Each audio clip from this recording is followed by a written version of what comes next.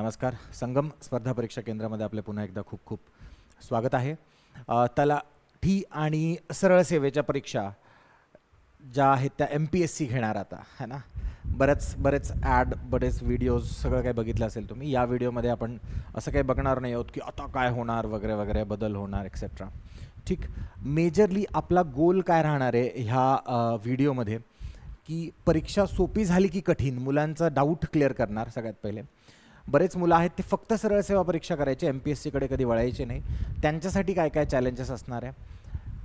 जर MPSC करायची आहे तर सिलेबस काय राहणार आहे, सिलेबस कसा राहणार आहे, कोणता सिलेबस कसा कव्हर करायचा, हा एक पार्ट आपण आज बघणार आहोत. आणि संगम तुम्हाला याच्यामध्ये कशा प्रकारे हेल्प करणार आणि संगमच का हेल्प करणार आणि why we are the best currently in Maharashtra. आपण महाराष्ट्रामध्ये बेस्ट टीचर्स का आहेत आपल्याकडे, बेस्ट काय आहे, का म्हणजे रिझन काय आहे, हे मी प्रूफ सकट तुम्हाला दाखवणार. ठीक आहे. सो मेजरली तुम्हाला जेवढा पार्ट बघायचा बघा, बट हा व्हिडिओ मेक शुअर करा की पूर्ण बघाल तुम्ही, कारण की सरळ सेवा परीक्षा चा अभ्यास स्पेसिफिकली करणाऱ्या विद्यार्थ्यांसाठी खूप महत्त्वाचा तर आहेच, बट MPSC जे ऑलरेडी करतात त्यांच्यासाठीही खूप महत्त्वाचं आहे. जे सिलेबस ब्रेकअप आहे, जो आपण सिलेबस नाही बघत, आपण काय बघतो, अर्थव्यवस्था आहे, एक पुस्तक उचललं, अर्थव्यवस्था वाचली, झाला माझा अर्थव्यवस्थेचा अभ्यास, किंवा आपल्या क्लासच्या नोट्स उचलल्या आणि क्लासच्या नोट्स वाचल्या म्हणजे झाला अभ्यास. ठीक आहे. हे बघणार नाही की क्लासमध्ये पहिले जर सरांनी पहिले 20 लेक्चर किंवा सर असो किंवा मॅडम तुमच्या पर्टिक्युलर क्लासेसमध्ये खूप छान घेतलेत आणि 20 लेक्चर नंतर काहीतरी डगमगवलं आहे, सिलेबस पटपट संपला आहे, जे ज्या मुलांना कळालं त्यांनाच कळालं. ठीक आहे. सो सगळं काही व्यवस्थित मी समजावून सांगणार आहे. वेळ काढून हा व्हिडिओ बघा, वेळ नसेल सेव्डमध्ये टाका, पाठवून ठेवा स्वतःला व्हॉट्सॲपवरती आणि नंतर बघा, पण वेळ काढून हा व्हिडिओ बघणं अत्यंत महत्त्वाचं आहे, कारण की आता कोर्स ऑफ ॲक्शन बदलली आहे, सगळं काही बदललेलं आहे. सर परीक्षा कठीण झाली आहे की परीक्षा सोपी झाली आहे, दोन्हीही गोष्टी झालेल्या आहेत. ओके. जुना सिलेबस काय आपला, जुना सिलेबस आहे इंग्लिश, मराठी, गणित, बुद्धिमत्ता आणि सामान्य ज्ञान. इंग्रजीमध्ये 25 मार्क, मराठीमध्ये 25 मार्क, गणित व बुद्धिमत्ता मिळून 25 मार्क आणि सामान्य ज्ञान मध्ये 25 मार्क्स, असा आपला TCSचा पॅटर्न, TCSचा सिलेबस जनरली सेम असायचा प्रत्येक परीक्षेसाठी. आणि डिपार्टमेंट्स त्यांना सांगायचे की कुठली परीक्षा, कुठला आपल्याला लेवल काय टाकायची, मॉडरेट क्वेश्चन, डिफिकल्ट क्वेश्चन, हे डिपार्टमेंट सांगायचे. या प्रकारे एक्झाम व्हायची अगोदर. तर तुम्हाला एक महत्त्वाचं गोष्ट म्हणून सांगतो, कट ऑफ. सोपी झाली आहे की अवघड झाली आहे त्यापेक्षा महत्त्वाचं आहे कट ऑफबद्दल डिस्कशन. कुठल्याही परीक्षेचं काहीही म्हणावं तुम्ही, तर कट ऑफ काय असणार सर, हे नेमकी चर्चा तुमची असायची. तर एक लक्षात घ्या, घोटाळा किंवा घोळ हा लक्षात घ्या. मेजरली तुम्हाला सांगतो, म्हणजे स्पेसिफिकली बदलली म्हणूनच नाही, मी आधीही सांगायचो विद्यार्थ्यांना की तुमच्यासोबत काय होतं आहे हे तुम्हाला माहिती असायला पाहिजे म्हणून. सो इकडे बघा,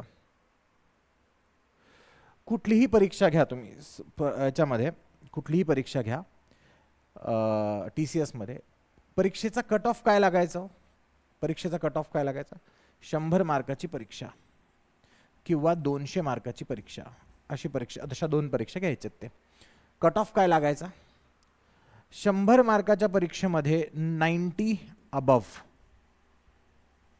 90च्या वरती, 200 मार्काच्या परीक्षेमध्ये 180च्या वरती, हा कट ऑफ लागायचा. ठीक.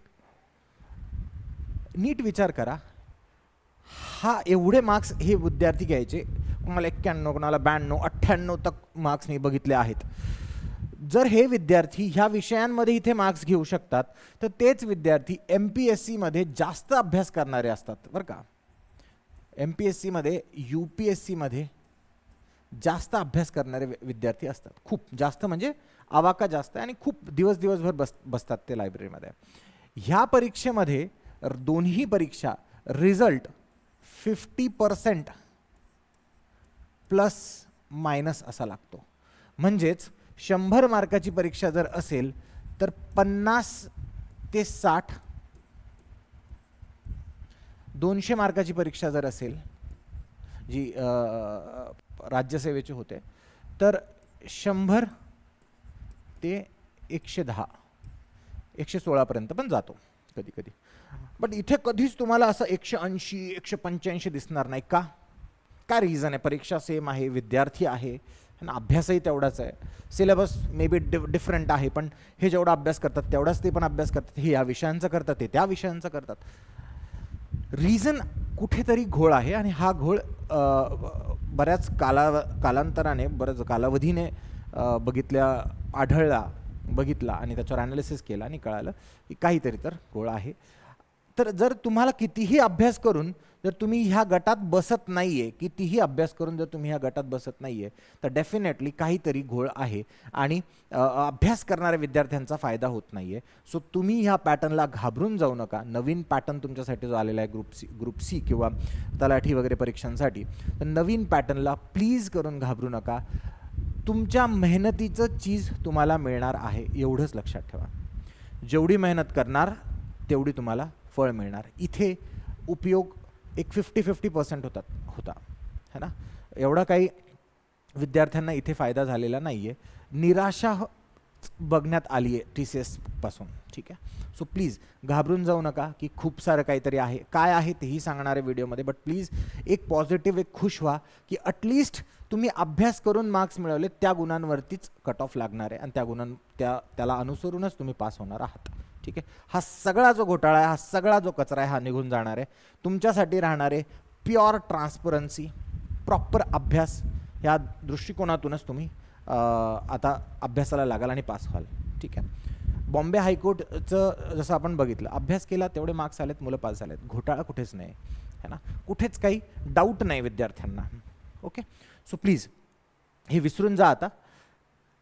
याच्यात फायदा बघा तुम्हाला काय होणार आहे. ह्याच्यात तुम्हाला एक प्रिलिम्स राहील, एक मेन्स राहील. फायदा बघा, एक प्रिलिम्स राहील, एक मेन्स राहील. इथे तुम्हाला एफर्ट्स घ्यायचेत, चंक ऑफ एफर्ट्स, ठीक आहे. समजा इथे तुम्ही इतके एफर्ट्स घेतलेले आहेत, इथल्या एफर्ट्सपैकी इथले तुमचे पूर्णचे पूर्ण एफर्ट्स इथे बनणार आहे 50%. कसे काय सगळं सांगतो. म्हणजे इथे जितके विषय वाचले तुम्ही, तेच विषय 50% तुम्हाला इथे कामात येणार आहेत मेन्स परीक्षेमध्ये. म्हणजे घाबरायची गरज नाही आहे. प्रिलिम्स आणि मेन्सचा अभ्यास आपण सोबत करू शकतो. इथे हे जे 2 विषय तुम्ही अगोदर वाचलेले आहेत, ते तुमचे इथे रिमेनिंग 50% म्हणून काम करणार आहे, इंग्रजी आणि मराठी. ओके, सो बिलकुल घाबरायची गरज नाही आहे.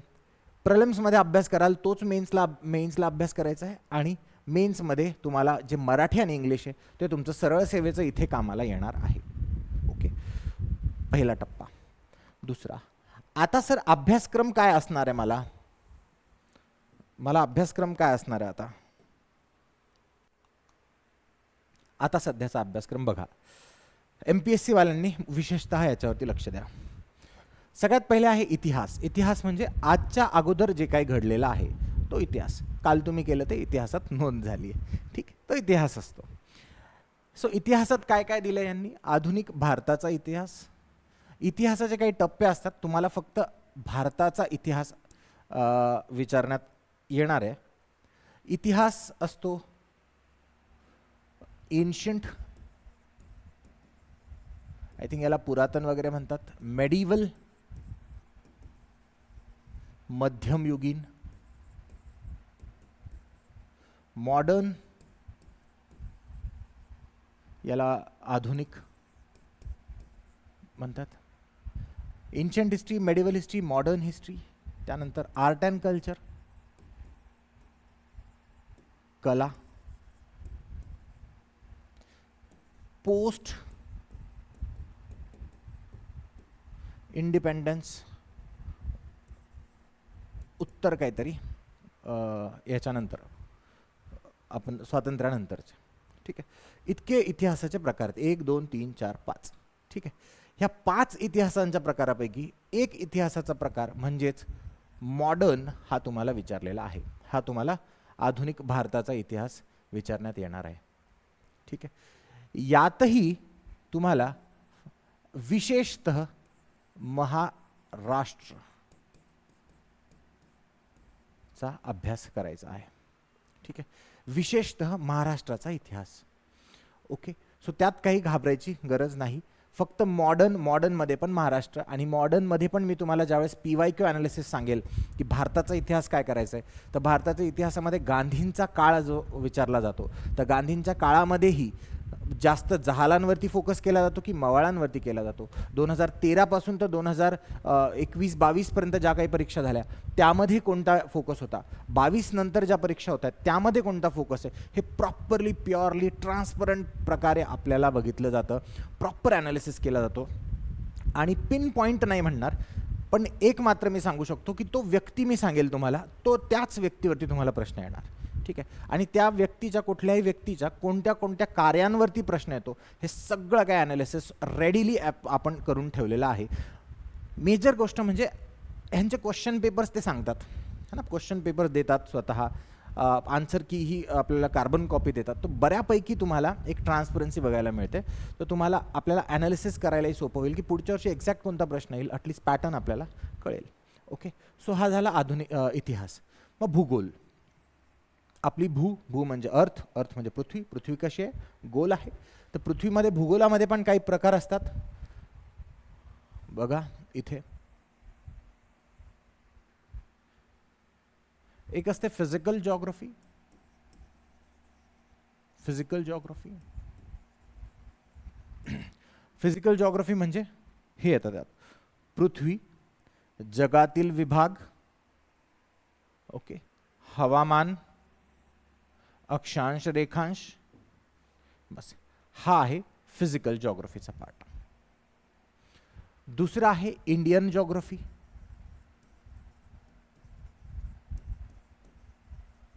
भारताचा भूगोल.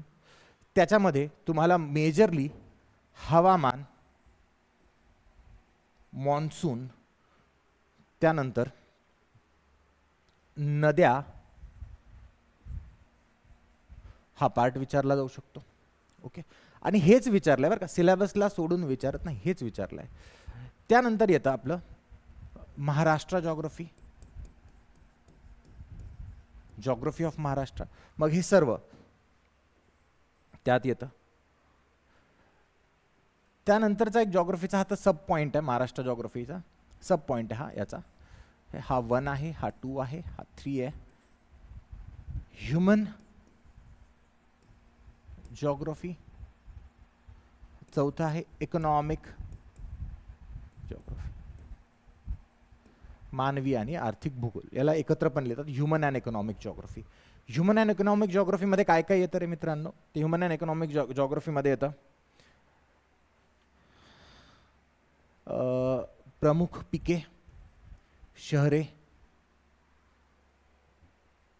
हा जो उद्योगधंदे हा जो पार्ट आहे हा एक इकॉनॉमिक जिओग्राफीमध्ये येतो.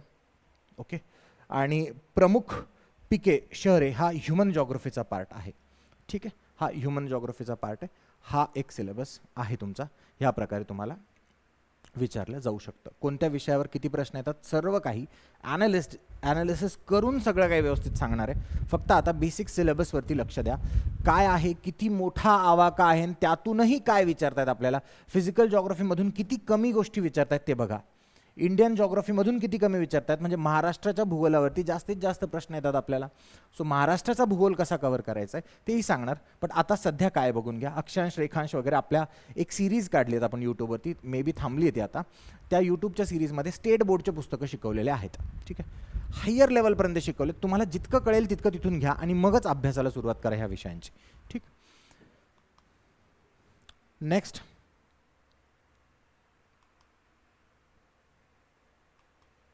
तुमचं आहे भारताची अर्थव्यवस्था, भारतीय अर्थव्यवस्था, इंडियन इकॉनॉमी.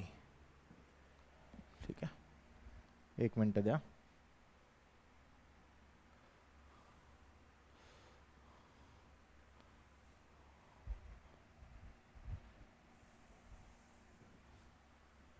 इंडियन इकॉनॉमी, भारताची अर्थव्यवस्था. अर्थव्यवस्था म्हणजे आर्थिक, तुम्ही लेवाण करतात. तुमचं जर मे बी सप्लाय वाढला, डिमांड वाढली तर पैसे, प्राईस कमी होतात की वाढते, सप्लाय वाढला तर काय होतं, एक्सेट्रा एक्सेट्रा, याला अर्थशास्त्र म्हणतात, अर्थव्यवस्था अशी म्हणतात. तर याच्यात दोन प्रकार आहेत. एक प्रॉपर इकॉनॉमी आणि दुसरं आहे शासकीय अर्थव्यवस्था, म्हणजे अर्थसंकल्प, लेखा, लेखापरीक्षण इत्यादी. ह्या गोष्टीसाठी एक वेगळं सेपरेट बुकलेट आहे मार्केटमध्ये एका इन्स्टिट्यूटचं, मी सांगेल तुम्हाला ते टाईम अँड अगेन. बट हे ते बुकलेट वाचलं की तुमचा हा पार्ट कंप्लीट होतो. आणि याच्यासाठी तर बरेच फेमस लेखक आहेत, त्यापैकी एक माझे टीचर म्हणजेच रंजन कोळंबे सर आहेत. तर रंजन कोळंबे सरांची भारतीय अर्थव्यवस्था बेस्ट आहे. सो ते तुम्ही त्यांच्या बुकमधून करू शकतात. बाकी बुक्स वगैरे मी नंतर सांगतो, बट आता सध्या बघून घ्या. ह्याच्यामध्ये अर्थव्यवस्थेमध्ये पण काही प्रकार असतात. त्यातला हा सेपरेट प्रकार शेती म्हणजेच ॲग्रिकल्चर. एक मी इथे एक प्रकार सांगायचा राहिला माझ्याकडून तुम्हाला मागे. भूगोलामध्ये एक प्रकार येतो पर्यावरण.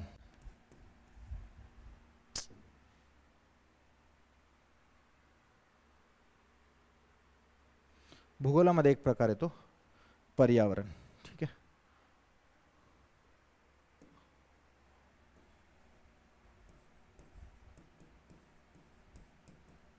एन्व्हायरमेंट. ठीक आहे. एन्व्हायरमेंटवरती आजकाल प्रश्न येऊ लागले आहेत. ठीक आहे. जरी सिलेबसमध्ये थोडाफारच ह्याचा दिलेला आहे, जमिनींचे प्रकार, पर्जन्यमान, ह्याचं एन्व्हायरमेंटमुळे ह्याच्यावरती फरक पडतोय, पर्यावरणामुळे याच्यावरती फरक पडतोय, पर्यावरणामुळे शहरांवरती, पर्यावरणामुळे नद्यांवरती, ह्या गोष्टींवरती फरक पडतोय. म्हणून तुम्हाला पर्यावरण हा एक टॉपिकसुद्धा भूगोलामधला एक प्रकार आहे, तो पण इम्पॉर्टंट आहे. त्यानंतर मी सांगत होतो तुम्हाला ॲग्रिकल्चर सगळ्यात इम्पॉर्टंट. ॲग्रिकल्चरवरती प्रश्न वाढता आहेत, त्यामुळे पर्जन्यावरती प्रश्न वाढत आहेत, त्यामुळेच बाकी गोष्टींवरती प्रश्न वाढत आहेत. सो ॲग्रिकल्चर, शेती हा एक अत्यंत जास्त महत्त्वाचा पॉईंट तुम्हाला इथे अभ्यासावा लागतो. ठीक आहे. मग राष्ट्रीय उत्पन्न, नॅशनल इन्कम, उद्योग, म्हणजेच ह्याच्यामध्ये ॲक्च्युली 3 प्रकार आहे. इंडस्ट्री म्हणजे उद्योग, इन्फ्रास्ट्रक्चर आणि ॲग्रिकल्चर. इकॉनॉमिक्समध्ये म्हणजे अर्थशास्त्रामध्ये सगळ्यात इम्पॉर्टंट हे 3 आहे, इंडस्ट्री, इन्फ्रास्ट्रक्चर आणि ॲग्रिकल्चर. त्यापैकी राष्ट्रीय उत्पन्न, उद्योग म्हणजेच इंडस्ट्री, परकीय व्यापार, बँकिंग हे सगळे इकॉनॉमिक्स, कोर इकॉनॉमिक्सचे पार्ट आहेत. लोकसंख्या हा ह्युमन जॉग्रफीमध्ये पण येतो हा पॉईंट. ठीक आहे. दारिद्र्य म्हणजे पॉवर्टी, बेरोजगारी, अनएम्प्लॉयमेंट, मुद्रा आणि राजकोषीय नीती आणि इत्यादी. सगळ्यात मोठं तर दुश्मन तुमचा इत्यादी राहणार आहे. इत्यादी म्हणजे काही, आम्ही इथून पुढे अजून काहीही विचारू शकतो. इत्यादी is like very dangerous game. ठीक आहे. सो भारतीय अर्थव्यवस्था तुम्हाला अशा प्रकारे वाचायची आहे. मग राज्यशास्त्र, घटनेचा अभ्यास, राज्यघटनेचा अभ्यास वगैरे हे दिलेलं नाही आहे सिलेबसमध्ये. सिलेबसमध्ये फक्त राज्यशास्त्र असं म्हणून लिहून दिलेलं आहे. राज्यशास्त्र इन डिटेल तुम्हाला मेन्सच्या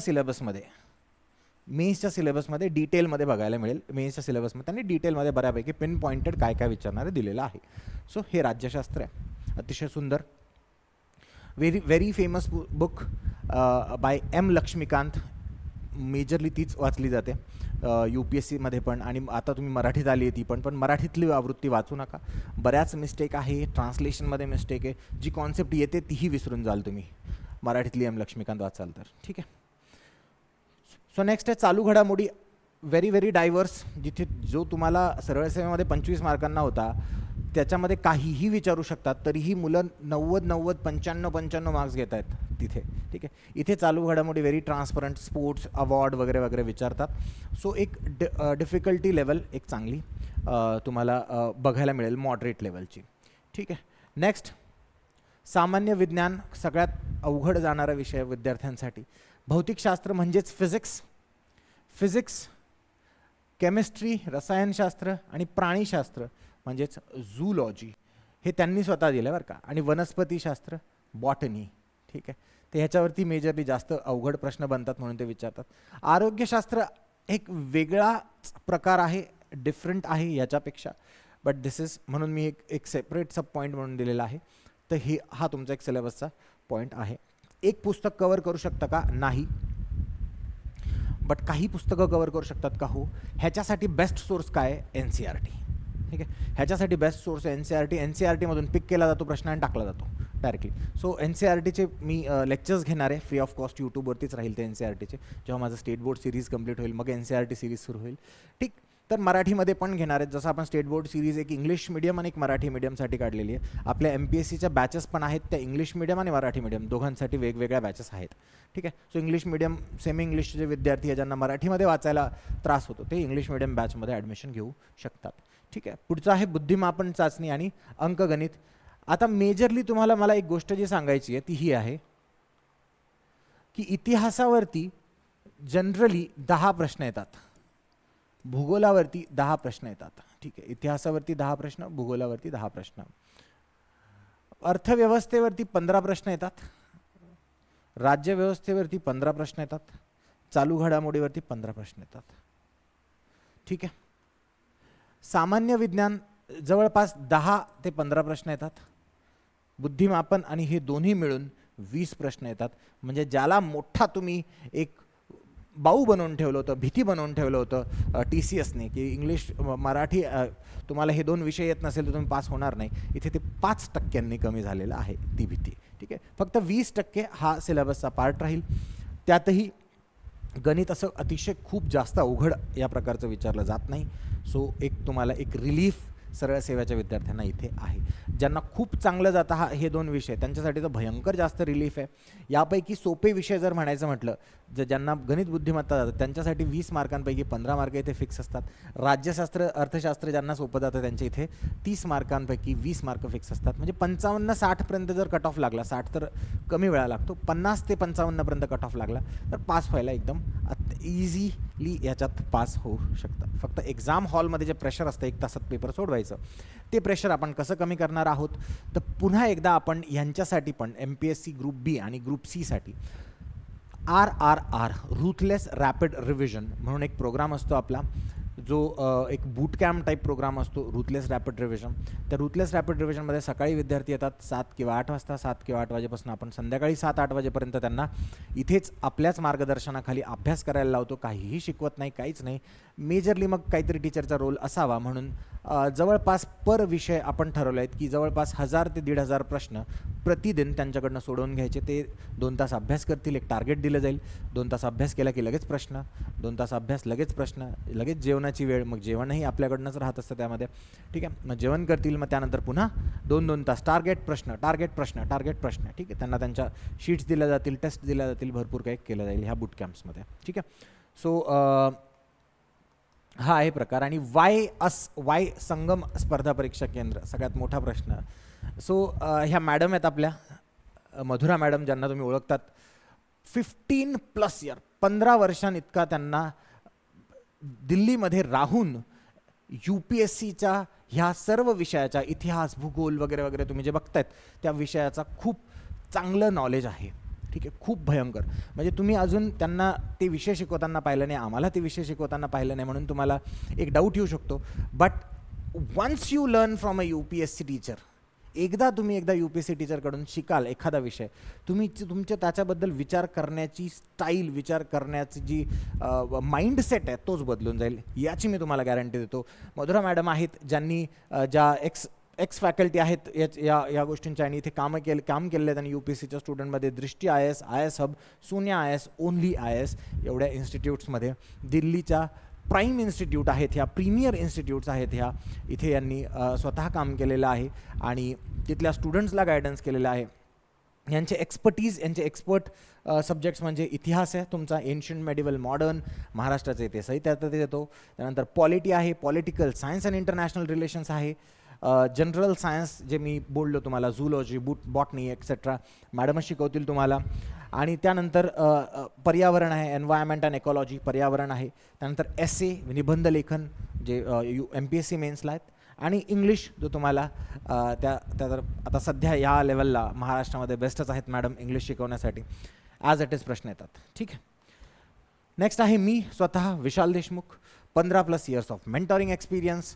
आय हॅव टॉट ॲट इथे शून्य IASमध्ये शिकवलं आहे, ओनली IAS हब इथे काम केलेलं आहे प्रॉपरली एकदम. आणि इथे मी आमचे एक व्हेरी रिस्पेक्टेबल टीचर आहे ज्यांचं नाव MK यादव सर आहे. MK यादव सरांकडे मी आन्सर रायटिंग शिकलेलो आहे, स्वतः पण मी तिथे शिकलेलो आहे.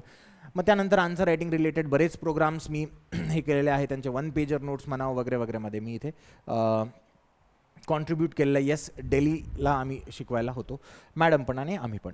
ठीक आहे. सो माझी एक्सपर्टीज पॉलिटिकल सायन्स, PSIR हे टाकायचं म्हणून टाकले, but almost every subject I can teach. So that's the expertise for me. Okay. Next is Sanjay Bidwe sir, महाराष्ट्राचे टीचर आहेत, मराठीसाठी एकदम फेमस, को ऑथर, त्यांनी 10पेक्षा जास्त बुक्स केलेल्या आहेत आणि प्लस समृद्ध मराठी म्हणून त्यांचं व्याकरणाचं पुस्तक मोरा वाळंबेच्या पुस्तकाला कंपॅरेटिव्हली एका याच्यामध्ये त्याला मानलं जातं. So he is the best. त्यांनी UPSCच्या मेन्सच्या विद्यार्थ्यांसाठी एक विषय असतो, मराठी आणि इंग्लिश हे कंपल्सरी विषय असतात, त्याच्यामध्ये त्यांना काही मार्क्स घ्यावे लागतात, 30%. मगच त्यांचे पुढचे पेपर्स चेक होतात किंवा रिझल्टमध्ये त्यांचा इफेक्ट दिसतो. तर त्या पेपरसाठीही यांनी शिकवलेलं आहे बिडवे सरांनी. आणि one of the very very great person आणि good best personality as a person, पण खूप सुंदर व्यक्तिमत्व आहे बिडवे सर यांचं. आणि हे एक आपले इन हाऊस फॅकल्टी आहे टीचर. ठीक आहे. Next in house faculty Sudarshan sir. Yes, currently he is in Pune. He used to be with me दिल्लीमध्ये माझ्यासोबतच होते हे. ठीक आहे. आणि यांनी एक खूप मोठं इन्स्टिट्यूट आहे दिल्लीचं, ज्याला आपण म्हणू शकतो की पहिलं पायोनियर इन्स्टिट्यूट आपण ज्याला म्हणतो, तर पायोनियर इन्स्टिट्यूट वाजीराम अँड रवी इथे यांनी काम केलेलं आहे. त्यानंतर study IQ Bhagirath IAS academy Pune इथे पण यांनी काम केलेलं आहे. बऱ्याच इन्स्टिट्यूट्समध्ये यांनी काम केलेलं आहे. आणि he is very great person. जर यांच्याकडून तुम्ही एकदा भूगोल शिकाल तर एक गॅरंटी मात्र ही देतो मी तुम्हाला, तुम्ही कधीच विसरणार नाही. ठीक आहे. 100% विथ टेक्निक. पाऊस येतो तर तो कसा येतो, कसा पडतो, तो बिंदू काय स्पीडने येतो, इथपत अभ्यास या माणसाचा. He is the best faculty for you. ठीक आहे. सो भूगोल, एन्व्हायरमेंट एक्सेट्रा, ॲग्रिकल्चर हे सर शिकवतात. नंतर आहे Vivek Khot sir, agriculture, ministry of agriculture डिपार्टमेंटमध्ये काम करतात स्वतः. आणि ॲग्रिकल्चर हे सर शिकवणार आहे तुम्हाला. नोट्स मेकिंग, टेक्निक, डिमोटिवेशन आल्यावर मोटिवेशनल स्पीकर. ठीक आहे. ह्या सगळ्या गोष्टी सर सांभाळतात. ओके. ह्यांचे आपण अधूनमधून सेशन्स ठेवत असतो. So he is also one of the best person you will find here at Sangam. Okay. So का संगम, तर हे रिझन आहे संगमसाठी तुमचं, की ह्या विषयांचा, तुमचे जे सगळे हे विषय तुम्हाला जे मी दाखवले, ह्या विषयांचा खूप जास्त अभ्यास. आणि मेजरली सांगायचं म्हणजे हे विषय जे आहेत, मी स्वतः जम्मू काश्मीरमध्ये आमच्या ज्या क्लासेसचे जिथे जिथे सेंटर्स आहेत, जयपूरमध्ये, त्यानंतर अलाहाबादमध्ये, जे आता प्रयागराज आहे तिथे, तर ह्या इतक्या सगळ्या ठिकाणी शिकवलेल्या आहेत. आणि दिल्लीला तर बऱ्याच वेळा शिकवलेल्या आहेत, म्हणजे इथे जाऊन टीचिंग. ठीक आहे. सो याच्यामध्ये एक्सपर्टीज तुम्हाला संगमपेक्षा बेस्ट, हे सगळे टीचर्स जे आहेत संगमपेक्षा बेस्ट महाराष्ट्रामध्ये तर तुम्हाला मिळणे शक्य नाही आहे. So choose Sangam, come to Sangam, विश्वास ठेवा, एकदा या, कुठलाही एक प्रोग्राम छोटासा का असो ना एकदा जॉईन करा. Then you will get the quality, then you will get the type of analysis what we do, and join us both for English medium and Marathi medium. I welcome you. So please do visit at the center, physical center आपलं छत्रपती संभाजीनगर इथे आहे. Google Play Storeवर संगम स्पर्धा परीक्षा केंद्र टाकाल तर आपली application आहे, online तुम्ही तिथून करू शकतात. आणि माझं तर म्हणजे तुम्हाला विशेष हे म्हणणार राहील की संभाजीनगरला या. ठीक आहे, चालेल. चलो मग भेटू आपण पुढच्या एका सेशनला, ज्यामध्ये आपण पेपर्सचं ॲनालिसिस करणार आहोत. आणि काही विषय ह्या येणाऱ्या परीक्षेसाठी काही विषय आपण ऑनलाईनही ठेवणार आहोत. बॅचेस सुरू झालेले आहे. So join fast, come and visit. Okay, thank you so much.